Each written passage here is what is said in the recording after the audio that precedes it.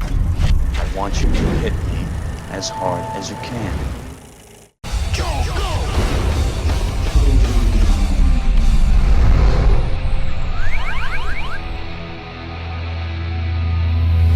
After coming out with their 2 highest grossing movies to date, Marvel Studios is closing out their 10th year of Avenger Adventures on a lighter note, as Paul Rudd gets refitted for the shrinkable supersuit alongside Evangeline Lilly as the first female Marvel superhero with her name in the title, Ant-Man and the Wasp. But long before Scott Lang or Hope Van Dyne shrunk and enlarged themselves to unthinkable proportions thanks to the miracles of science, we had Lily Tomlin starring in 1981's sci-fi comedy The Incredible Shrinking Woman. And if that title sounds familiar, that's because the film is a parody of the classic sci-fi novel The Shrinking Man, and its even more beloved film adaptation, The Incredible Shrinking Man, both of which were written in the late 50s by legendary sci-fi writer Richard Matheson. However, Matheson himself deemed the satirical comedy adaptation of his classic story to be terrible and unfunny, and it seems that the critics and audiences seem to agree with him. Yes, we do have the legendary Lily Tomlin starring here as the Shrinking Woman, as working from a script from her wife and creative collaborator Jane Wagner. But this film also happens to be the directorial debut of the nefarious monster who actually did manage to break the Batman. Joel Schumacher film. Okay, fine. Aside from those Batman sequels, I have actually enjoyed a good number of Joel Schumacher's works. And since I remember loving the original Incredible Shrinking Man back in my younger days, then maybe he might bring a clever spin to this gender-flipped remake of a sci-fi masterpiece. But so help me, Schumacher, if I see so much as one Coolio cameo or Lily Tomlin in a nippled Batgirl outfit, then you can take your apology for Batman and Robin and shove it up your molded rubber bat ass.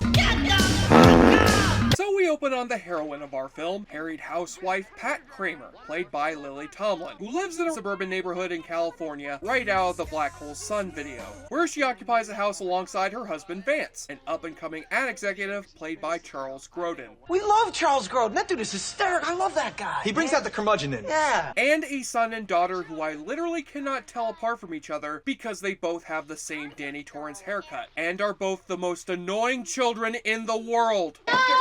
Disco! Oh, yeah. Cool. Pat tells us in voiceover about the fateful day her tragic transformation began, when she first breathes in a can of air freshener that the kids bust open in the back seat. And later that night, when her husband returns home from a business trip, he accidentally spills an untested bottle of perfume onto her blouse that ends up completely dissolving the blouse by the next morning. Honey, that blouse I had last night, you didn't take it to the cleaners this morning or anything, did you? What, honey? The one I rinsed out, Vance, it's like it disappeared right off the towel. So let's thank God Charles Grodin didn't end up spilling any of that toxic perfume on her skin, or else Lily Tomlin would have turned into the incredible melting woman. From this point, life ends up going pretty well for the Kramer family, after Pat gives her husband an idea for what this new perfume should be named. Sex pot. Makes you think of sex and dope. And that suggestion from Vance's wife helps her husband land a big promotion from his boss Dan, played by Ned Beatty. I like it.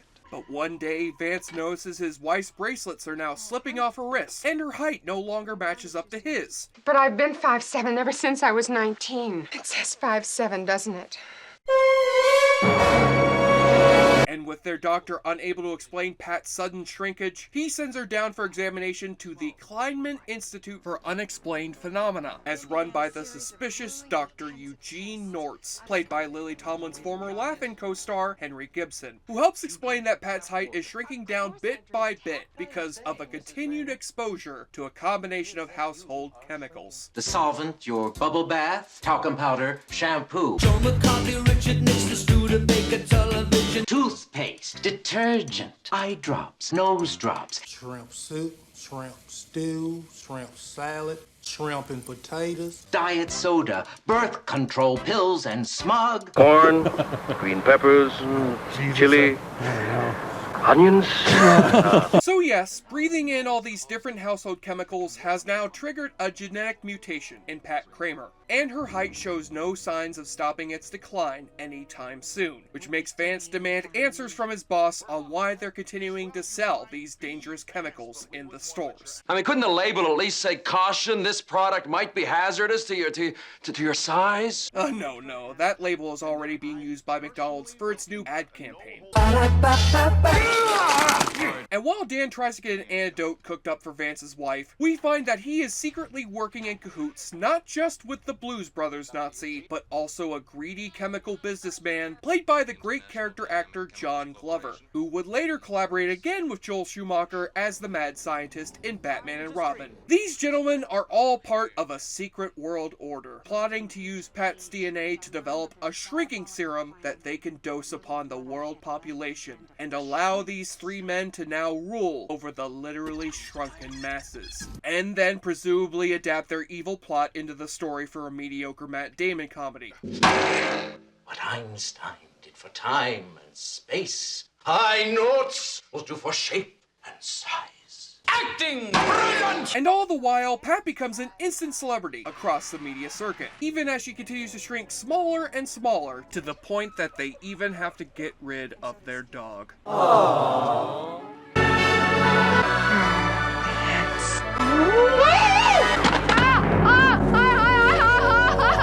Yes, Joel Schumacher, it totally makes sense to underscore your big comedic gag with creepy John Carpenter synth music, while Lily Tomlin is speaking in tongues and acting like she's getting her body taken over by fucking Pazuzu! The power of Christ compels you! Actually, Schumacher was not the original director for this flick. That would have been John Landis, who was hired to direct this film fresh off of Animal House and Blues Brothers, only to get kicked off the movie a few days into filming over budget issues. But now that Universal has hired Joel Schumacher behind the camera, after his already extensive career as a costume designer and screenwriter in the 1970s, he uses his directing debut to demonstrate the same comedic subtlety that would soon give us Mr. Freeze making his henchmen sing in unison to Jack Frost. As Schumacher's idea of staging comedy sequences can best be summed up as loud noises! Wait, honey, my hand is stuck. Oh, liquid glue! Hey, let me get a quiet chop. Don't. Ah!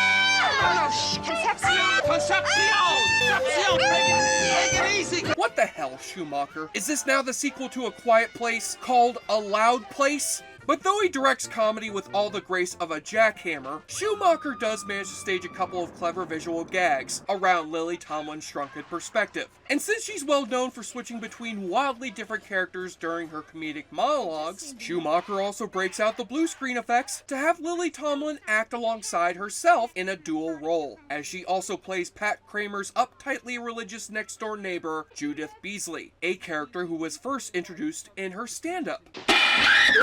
I'm so sorry. Pat, it's all that sex and violence on TV. However, while Tomlin is just as great in this second role as she is in the title role, the character is just written here as a typical morally uptight religious lady character who serves little to no use to the actual plot. And just because I buy into Lily Tomlin playing several characters on stage at once, doesn't mean that illusion's gonna hold up when you put the characters side by side with each other with no extensive makeup to tell them apart. But speaking of Tomlin's famous stage collaborations with her wife Jane Wagner, Wagner's screenplay actually ends up saving the movie whenever it brings in Tomlin's brand of absurd yet socially conscious humor, with the script also serving as a sharp satire towards the world of advertising that would end up consuming pop culture throughout the rest of the 1980s. Gotta try camper clean. No more ring around the fender, honey. No more ring around the collar. Pat, you deserve a break today.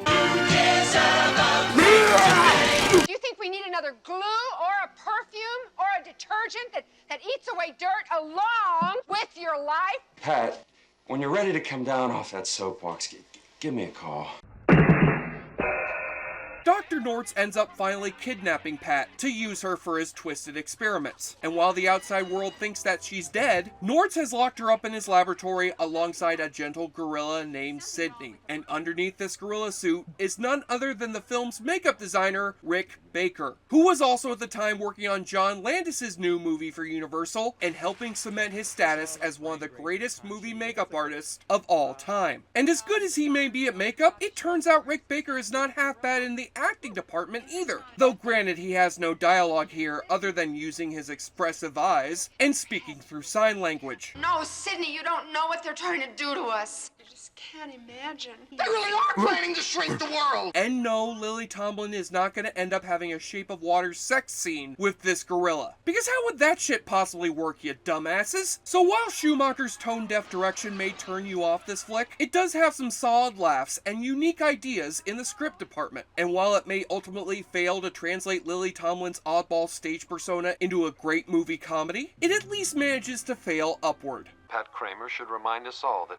no matter how small, meaningless, or insignificant we may think we are, even the smallest of us can make a difference. But man, it is hard to hear Lily Tomlin's voice now without thinking about that disastrous cameo she made recently as Mrs. Frizzle on that Magic School Bus Netflix reboot with Kate McKinnon. Hey, Val. Fuck you, fuck you, fuck you. Get the fucking thing together, fuck you. This can't be happening. God damn it. You fucked it up, god damn you. Fuck you, motherfucker. Much like this movie, we here at Awfully Good Movies also disavow ourselves from the corporate culture of advertising. Anyway, now it's time to play the Awfully Good Drinking Game. Brought to you by 1-800-COLLECT, the way to save on collect calls. Anyway, take a shot or drink every time there's another chaotic and or noisy comedy sequence. Hi, I'm Roger the Robot. Let's blast off together. Hi, I'm Ricky the Rabbit. I'm Betsy.